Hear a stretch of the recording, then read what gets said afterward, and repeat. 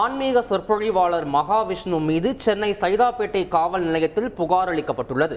கூடுதல் விவரங்களை செய்தியாளர் சசிதரன் வழங்கிட கேட்கலாம். சசிதரன், யார் இந்த புகாரை அளித்திருக்கிறார்கள்? அந்த புகாரில் என்ன விஷயங்கள் எல்லாம் குறிப்பிடப்பட்டிருக்கிறது? முழு விவரங்கள். மாற்றுத்திறனாளிகள் குறித்து அவதூறாக பேசியதாக சென்னை சைதாப்பேட்டை காவல் நிலையத்தில் ஆன்மீக சொற்பொழிவாளர் மகாவிஷ்ணு மீது புகார் அளிக்கப்பட்டிருக்கிறது. தமிழ்நாடு அனைத்து வகை மாற்றுத்திறனாளிகள் மற்றும் பாதுகாப்பு உரிமைகளுக்கான சங்கத்தினர் சார்பில் இந்த புகாரினை அளித்திருக்கிறார்கள்.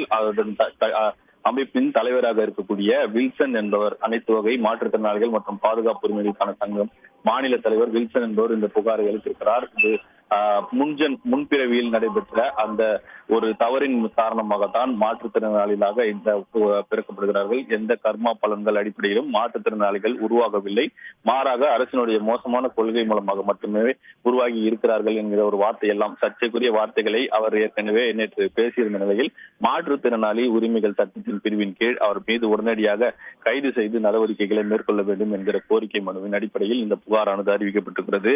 அவர் மீது வன்கொடுமை தடுப்பு சட்டத்தின் கீழ் உடனடியாக கைது செய்ய வேண்டும். 2016 மாற்றுத்திறனாளிகள் உரிமைகள் சட்டத்தின்படி அவர் மீது தக்க நடவடிக்கைகள் மேற்கொள்ள வேண்டும்.